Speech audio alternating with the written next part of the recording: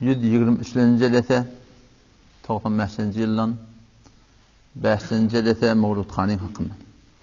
Alhamdulillahi rabbil alamin. Wassalatu wassalamu ala seyyidina seyyidil enbiya'i wal mursalin ve ala alihi ve sahbihi ecmaîn. Alhamdulillah şi Mawlud Hanyň tünne gurrun etip gelýär. Öten aşamky gurrun hulasatı Bedat Hasanan tüne nihayetten gurrun şu boldy ki eger ulema-i mu'tebere mezahibe ehli sünnet vel cemaat hayti bir zada Kur'an'dan eşareten, delaleten şoňa fetva berelle bolsa mu'teber kitaplarda şoňa Bedat Hasane diýsen bolýar. Ýoktan wagty Peygamber sallallahu aleyhi ve sellem kullu bid'atin dalaletun niptir. Her bir taraflanda dinne sogap, günah manada, sogap manada, ibadet manada, şol gumrahi dininden sonra Bedat Hasane atan manasy bolmaly. Bu bir lugawi, lugat taýdan şoňa bid'at diýilýär. Ýa-ni aslynda şoň näme? Kur'andan, sünnetten şoň näme? Delil wajib aýtdyk. Her ýerde Bedat Hasane diýip aýdylsa, her şoň aňyrtynda Kur'andan, sünnetten delil wajib aýtdyk şoňa. Otam onun Kur'an'ın sünnetten delil bağlığının yokluğunu bir nece bilmeli, bir onu bilecek diyorlar. Ta da zamana tanışı, sorumlu, Hanefi mezhebin muhteber ulemaları ayasına fetva beripdirler. Ayasına doğru deyipdirler. Şu suratında bolsak, onda var rahim inşallah Teala, biz hiç kimi yanlışa da okuyacak ya, o hiç kim bir de hem yanlışa hem oklap bilecek ya, şu Bedat Hasane. Hayti burada firak getirtiler, ne mirad var, Bedat Hasane da deyse, ten sonra şondan Hanefi mezhebin mu'teber hayti kitabında şuna fetva beripdirler. Ki biz şuna näme diýdi? Bedat Hasane diýip aýdy. Otan şu dadan hewra habardar bolmaly ki ibadet etmeklik şowgy bilen, togap kazanmaklyk şowgy bilen, Allah Taala ýakylajak şowgy bilen mabada bir günah bolup turandady, bidgat bolup turandady, şonu sogap niyet bilen mabada biz edip de giriftar bolamayız. Belki hayti bir işi ki biz etjek bolýar. Şu şeriattan sabit mi ya sabit däligini, Kur'an sünnetten sabit mi ya sabit däligini, Hanefi mezhebin mu'teber kitaplary ki Kur'an sünnete mutabyk edilipdir. Şondan sabit mi ya sabit däligini şonu biz dol sorap durmaly. Hazrat Ömer radıyallahu anh wagtynda Faruk Azam radıyallahu anh bir ýaqa bir kerwen bilen ýolda bir deýre bardy diýe. Rahipleň ibadet etýän ýerlerini Otam şu taýda bir rahibe gördü diye ki ibadet edip renk pet galysyz maňlaýynda asar-ı secde var. Şu kadar köp ibadet edip öz janyny hataraklap, kynçylaklap beter közenipdir diye. Faruk Azam radıyallahu anh şonu görüp diye ağladı diye. Am ýandakiler soruya, ya Emirul Müminin näme ağlaýarsyň? Onu şu ayet okuydu diye amiletun nasibetun. Keşke ne kadar amel edigili. Ne kadar sogapty burnupdyr, ibadet edipdir, zikr tilavet edipdir. Maňlaýyna secden jaýyba emma ýa-ki kıyamet günü şoňa hiç bir hisse işi sogabyndan ýok diýdi. Amal edipdir emma çünki şu peýgamber zamana wara bolmapdyr, peýgamberiň şeriatyna wara bolmapdyr, Rasulullah gibi iman getirmepdir. Şoň eden ibadeti näme? Allah Taalaň ýanyna kabul boljak ki. Olundy kafirin hakynda, musulmanyň hakynda da musulman bolan şey. Sahih Buhariň hadisinde geliyor. Celde tefsirde geliyor. Ayet 18 Sedihifte Sure-i Maide'de geliyor. Peygamber Huda aleyhisselam men yararlamın diye bir mudar cehenneme ağaçını yapar yarladı. Şonda diye men evlerine çıktık şu yararlamın diye. Ya Allah o sayhabi bile men yararlam. Bile nire yapar yarladı cehenneme ağaçını yapar yarladı diye. Peygamber sonra önüne çıkıyor ki şefaat edecek o diye. Ferişteler Allah tarafından haber veriyorlar. İnneke la tedri ma ahdathu ba'dak. Resul Huda sen bilmiyorsun sen yaran edip dururlan, ummet edip dururlan, senden sonra ne ettiler? Yok dağıtları ütköttüler. Sen sünnetine oraya bolmadılar, sen şeriatine oraya bolmadılar. Peygamber sonra ne diyecek şu mehribanlık bilen? Suhkalli men ba'di. Taş olsun o ademi ki men şeriatine oraya bolmadı. Şefaat o taada ehli bidgata mubtala var şu dünyaya giden ademi Peygamber şefaat edecek ya, suhkalli men ba'di.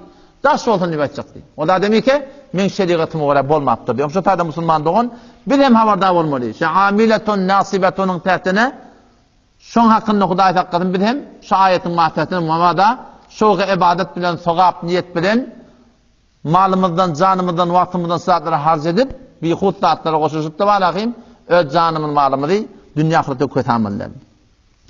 Inni ötenasam gurrun bilen, yankaydilen gurrunu bilen bir bedat hasene ya seyyi'e ya şunusuna kan gurrun oldu. Yeni bir sadece bir asan bir kaide var. Ulema-i ahnaf şunu Kur'an'ın sünnetten çıkarıptırlar ve şunu bir adam düşünse neme deyip zatlara bedgat değil diye. Şonqa düşünüyordum. Neme gurrun başladı. Tevkit ve adamın tevkit deyip bir kaide var. İbadetlere vakt kesmeklik ya vakt kesmesizlik. İbadetlere mekan kesmeklik ya kesmesizlik diyen bir kaide var. Eğer biz şunu düşünsek barakım inşallah Teala kan gurrunda bir de açıklanırken neme deyip zatlara bedgat değil. Şu bir sürü mevaretler var şeriatta. Hemmek şuna muttefak. Şu kulli alemi cihanna şuna eğer bir musulman tapılmaya başka bir at desin. Hemmek şu muttefak şuna. Näme hamaniyalak? Namaz okumaklık hemme musulmanlık gavdiye. Kur'an okumaklık hemme musulmanlık gavdiye. Zikretmekliği hemme musulmanlık gavdiye. Tesbih etmekliği, sadaka vermekliği, salavat etmekliği, ceresat-ı dini şerefil etmekliği, kabristan ziyarete gitmekliği, sele rahmet etmekliği, salam vermekliği, dua etmekliği. Şu hemme musulmanlar muttefak. Bir musulman yok ki şunun hakkında başa bıraktı. Hemme musulmanlar hatta yılı 10 kay namaz okuyman yere musulmanlar şiyan kısanlarından da adamlara hiçbir gaysına terek ediyenak. Hemme de kavdat diyor. Ama gurun stada vada neme deyip hemme kişisini doğru diyor. Kur'an okuyman hemme soğa va diyor. Ama sünnetten sonra bir adam Kur'an okuyacak mı? O gitti ödün okuyuver enfiradi. Bununla hiç müşkül yok. Ama şu Türkmen Sahran tertibiyle sünnetten sonra imam evurulup Kur'an okuyup amin nimeklige neme deyip hilaf sünnet değil diye. Kur'an okumakta irat yok. Hemen Kur'an okumak diye. Ama neme deyip sünnetten sonra şu Türkmen Sahran tertibiyle bir Kur'an okuyup qalallarda amin deyip el qadırmaklarına bedgat deyip edildi. Şuna neme şey dedi. Enfiradi okumakta müşkül yok. Yayına lekem nahardan sonra Türkmen Sahra'da nahardan sonra hen nahar ettirin hanavada sünnete mutabıkın dua etmeli her kim dua etmeli. Kur'an okuyacak mı? Gitti her gün Kur'an okuyuversen bunda da müşkül yok.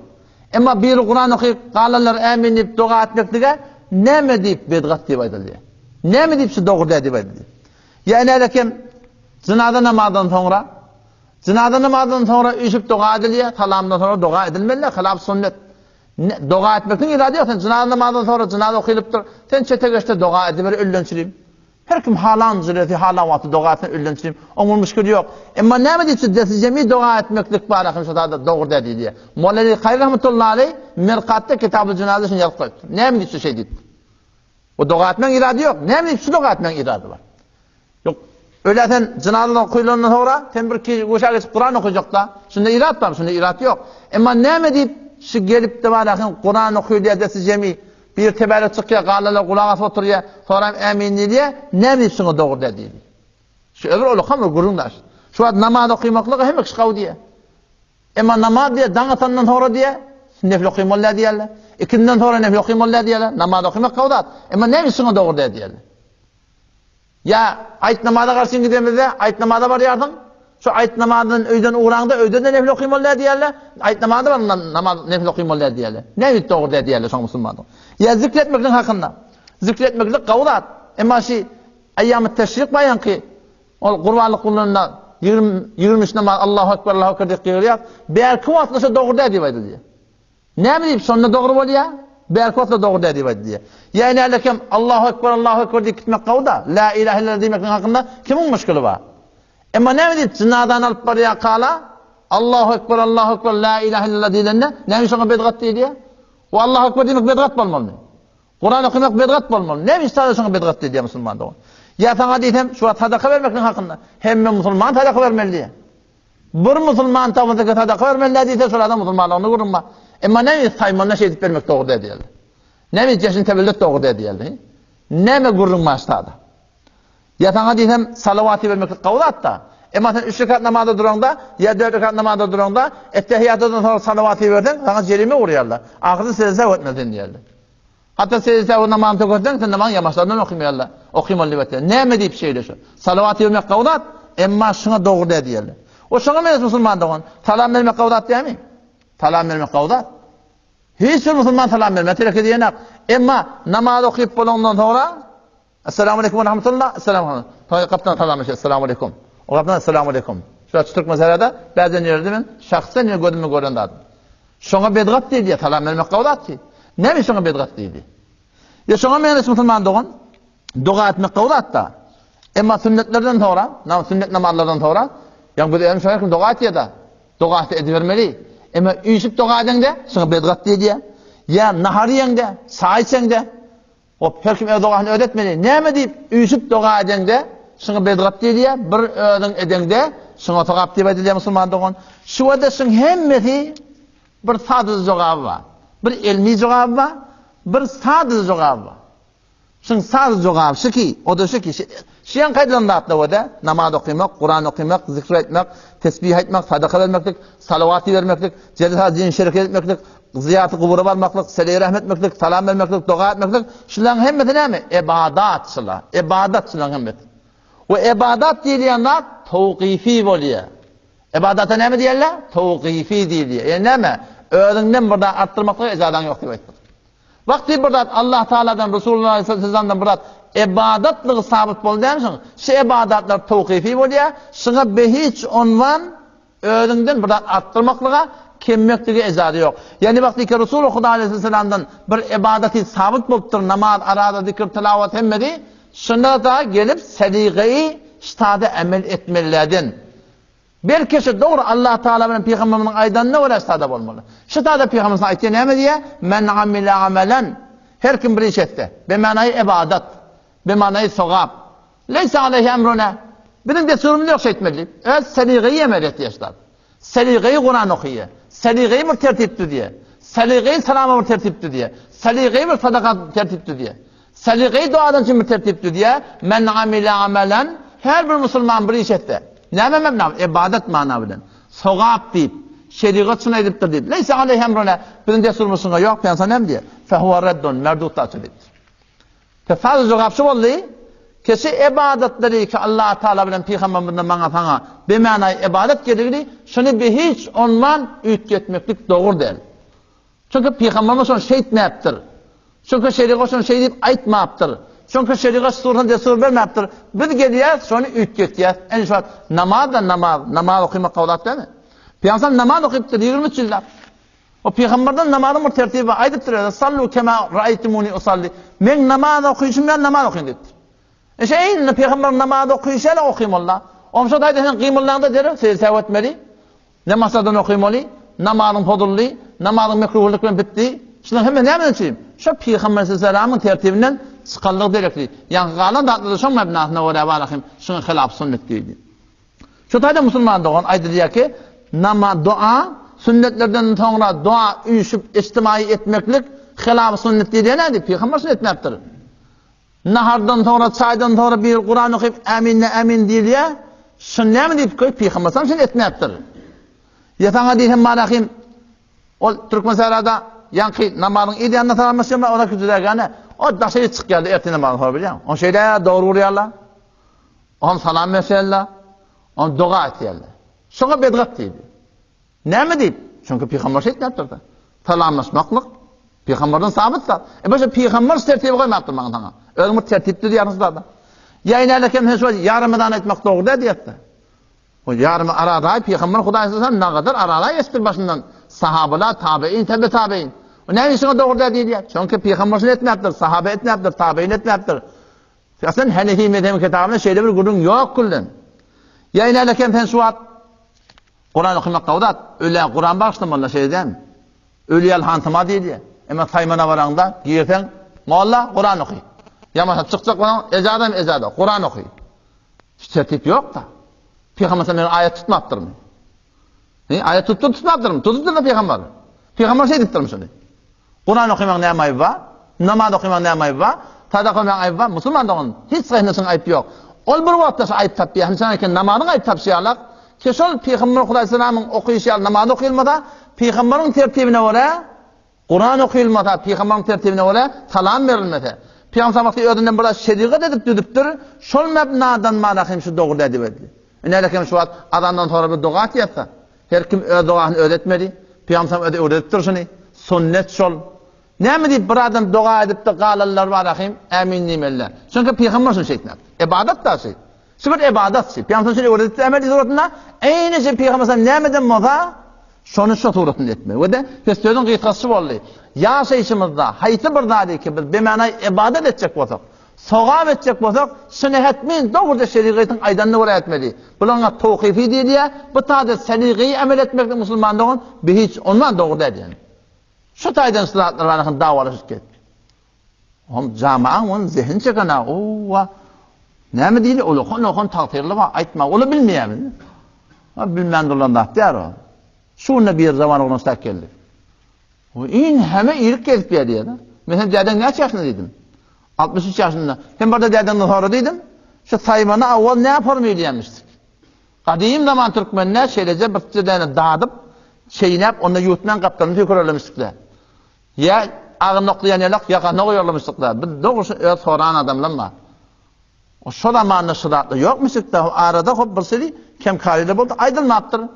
Ve her nehvi değil mi yaptır? Şu suratını yomul kayıptır da. Şu zamanlı şeydi. Şu zamanlı hen şu ne kadar zatlı var. En şu meharremin uruma ya meharremin geçti. Türkmenin arasında şöyle zertler kenelip var ya. Nezrihaye hilaf-ı ehlisine köfelip var ya. Bizim edhimizde yok da şey. O şimdi var hiç maydana ağındı. Ünelike 15 yılda ne mi oluyor? Bir beşiğine bir tane öğrene varıncılardan tertip olup kalıyor. Nesli ayında ne mi diyor? Oğlan Bağdat'ta diye. O hiç kimde aytmaptır. Eyni musulmandığın şu suratında sıratları eve geliyor. Başka hiçbir tertibi yoksun. Bilmeyen durumda der o kitaptaki Bağdat'da. Şunu beraber mesail-i muhtelif aytmayallar. Aydan akla, aytdan da völ de sana Vehhabi adını almalı.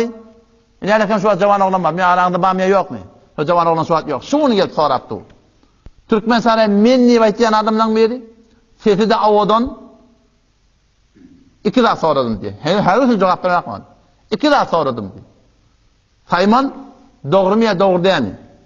Bir Mevlud Kani hakkında ne mi diyen? Şuna cevap yok. Ne mi cevap vermeyerler? Çünkü cevap verse şuna hakkında töhmet vuruyorlar. Daş teorine yakıyla kaçacaklar. Fakat sünnet-i Müslümanlık olsun aydın hakkı. Yoksa Türkmen burada bu ne mi diyor? Dongun diyar biliyor diye de. Türkmen burada bitir katı biliyor diyecek olanında dongun diyar biliyor diye. Teorine kabul yerler Müslümanlık. Ama adavraydan orku aydınlanak. Başka istatiyat Müslümanlık. Baraydiyen kırk kaidamı da ve de bir kaide başladı. Şunu bilsen bana kendat eline veriyor. Şeriatta kullen 2 form ibadet var.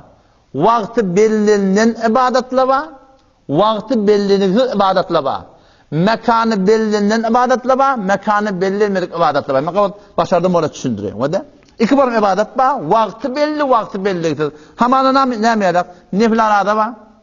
Zikretmeklik var. Dua etmeklik var. Sadaka vermeklik var. Kabristana varmaklık var. Salam vermeklik var. Dua etmeklik var. Şu zatları şeriat vakt belirlemektir. Nefil arada sen halan vaktini tutmuyor. Peygamber 13 14 15 deyiptir. Döşeme penşeme deyiptir. Şeriatın koyar vakt belirlen gün mesela müşkül yok. Yohan mutlak suratında sen halan arada tut. Şeriatın o desturuna göre. Sen bana hem halan vaktini dua et. Sen halan vaktini bana o adamına şeriatla salam vermekte vakt belirlemektir. Ya sadaka vermekte şeriat vakt belirlemektir. Salavatı vermekte şeriat vakt belirlemektir. Sana ziyarete kabristana gitmekte şeriat vakt belirlemektir. Şu vakt belirlemedik zatlara vakt belirleyip de şunu ştada şey etmeliydin, şuna diyelim bir dıkat. Siz bilemez yani. Vakt belirlenmedik ibadetler var. Şu vakt belirlenmedik ibadetleri vaktini etmesen, vakt belirlesen başla. Şu vakt belirlesen ölün, şu diye bir dıkat. Hamanı ne mi yalak? İnerle kimse salam vermek yalak. Raddül Muhtar'da geliyor. Ve mudi'ul musafiha fi'ş-şer' innema huve inde liqa'il muslim li ahi. Salam vermekte vakt yok. Peygamber bir vakt haçan veriliptir. Peygamber her vakt Müslümanı görsen deyiptir. Sonra salam vermelidir Peygamber. Şimdi geliyorlar şuna bir cedid tertipti diyorlar. Namazdan sonra salamlaşmalı diyorlar. Hareket atacağında salamlaşmalı Peygamber. Her wagt ataslan, bana belli bir wagt yok. Ya namazdan sonra çıkýanda da şeýle üşüp, bana bir wagt belliýärler, mekan belliýärler, häsi taýdan sana bedgat bolýar. Näme diýip? Lima ata bihi min khilafis sunna. Şeriata ters tada diye ödünden bir diye wagt bellisi zada, wagt bellisi ibadata, wagt belläpdir diýär musulmanlar. Yani elkem hezvat, yanında gurumda geçti. Bahr Rayiq'da, Bab-ı Tekbir Yevmul Aid'de geliyor ki ennel cehre bit tekbir bed'atun. Tekbir Allahu Ekber, Allahu Ekber demeklik bed'at deyiptir. Meger ol bir dedi ki şeriat bellettir şol 5 gün 2 varakım Kurbanlıkta Allahu Ekber, Allahu Ekber deyip kıyırata. Şonda şu tadı caiz. Qalan vaktide namazda Allahu Ekber, Allahu Ekber deyip kıyırmaklık näme? Şu bed'at diye. O näme deyip? Şonka şeriat sını aytmaktır musulmanlar. Öbür taraftan yine bolýar ki bir sürü ibadetler var, vakti belli. 5 vakit namaz yalak, farz arada yalak, farz hac yalak, adan etme yalak. O şoňa menes var akim, 5 vakit namaz mescide gelmek yalak. Şu vakti belli. Şu vakti belli ibadetleri hetmin vaktini etmeli. Vaktini etmeden sonra doğru değil mi ya? Bedgat değil mi? Aslında namazın olmaya kullan. Aradan olmaya ten kullan. Ama ne menes var farz arada tutacaklar, olur mu şu? Bolmuyor çünkü şeriatın vaktini belli ettir. Pedwada sadece gurun şey. Ol bir ibadetleri ki şeriat sana vakt belli ettir öyle, vaktini etmelidir. Doğrusun vaktini etmeli. Ol bir sadece ki şeriat sana vakt belli mi ettir? Vakt tayin eden ne diyor? Menin istadi ölümünden sonra vakt düzsek, vakt belli etsek, şu bolýar hilaf sünnet, o şuna musulmandan gıyının takdir näme diýdi? Bedgat diýip. Ona men istadi bir guruma ýöne. Haýsy bir murat bar, Qur'anyň, sünnetten, sahabalyň ijtihady bilen fuqahalyň ijtihady bilen ulama-i haqqani bir derje ijtihad eten ulamalyň ijtihady bilen haýsy bir zada bir belli bir fetwa berse hem musulmandygyň onu hem etmeklikde hiç müşkül ýok. Onça da näme şu Mulut Hanebel bar edilen gaýda bilen Peygamber sallallahu bolon güni bolon aýy bolon hefteki Peygamber şu bolup durýar 23 ýyl Peygamber bolup dur sahabalardan geçipdir şu gurun tabiilerden geçipdir şu tabiinin geçti. Gel arka. Peygamber şu bolon günüm deyip işte salavatı verin bana. Falan eden vakt belli adı yok. Günde belli adı yok. Heftede belli adı yok. Ayda belli adı yok. Ne sahabe ediptir, ne tabiin, ne tabiin. Şu arkadan birazcık oylansına. Ne mi deyip eğer şu bağın şeriatın aytdiyan adı olsa gelip 700. yılda bir padişah ki israf konen demişik. Musrif padişahından ulamalarının dören adı yok mu? Adı sünni bir musrif zalim padişahından gelip şu Mulut Han'ı baş tapmalı. O da şu tadı var musulmanlar şunu düşünmeli. Geçen ulamalar, fuqahalar, mujtehidler zatlar bana menden senden beterrak şola sagabe hewatmıştıklar. Menden senden beterrak şola şeriata amilmiştikler. Ve menden senden beterrak sünnete bahim şola gaymıştıklar. Ama bahimin herkesin hemme sonra belirlemiştik. Şola Peygamber'e salavat aytmalı. Peygamber bana bolongun bana belletmeli. Heftetin belletmeli. Ayin belletmeli. O şu mebna bilen şu zuhuratın var ahim hiç vakti vakt bellemektir musulmanlar. Peygamberden gurun atacak mı? O çete geçti gurun ediver. Gurun atacak mı? Heftede bir gün barda gurun ediver ödeyinde. Emma şun şu zuhuratın tensel görüyor mu? Mulut Han'ı 4-5 ay önce amadaki. Kafa tükan eğleniyorlar var. Tem falan çözmeli. Hatım yığınamalı ondan söyleyeyim ya. Zikir yığınamalı ondan söyleyeyim. Falan yığınamalı ondan söyleyeyim. Ne kadar harcayat etmeli, yeni burada etme musulmanlığın şunu şeriat nerede vakt belleptir ki bir geriye şunu kumasını vakt bellep suratını diyor. O ötesinde o gurun aytdım da ki näme o bir gün jelese tutamalı bazen fetva bir tane bilmedim. O müşkül yok bir gün jelese tutamalı. Ama kıyınlandak da jelese ki şunu tutulya bu tutamalının geçigri o bedaatleri ki jelesatlerde var. O jelesen tutmasan sana varağım her näme at takılıptı. O yok hurafi aqidani köşene şu hukumat döregli be hiç onman malakın şu berilen fetva musulmandığın bu tutulyan malak mecasa mutabakat yok. Allah temizim tevfik versin çatadan inşallah taala himmet edeyli her bir zadi Kur'an'ın sünnetten şeriattan näme sorap duraylı. Tadırşına kim fetva veripdir? Hanefi mezhep ulemalarından şu näme maňa taňa inşallah gözüme sürmek bolar. Assalamu aleykum ve rahmetullahi ve berekatuhu.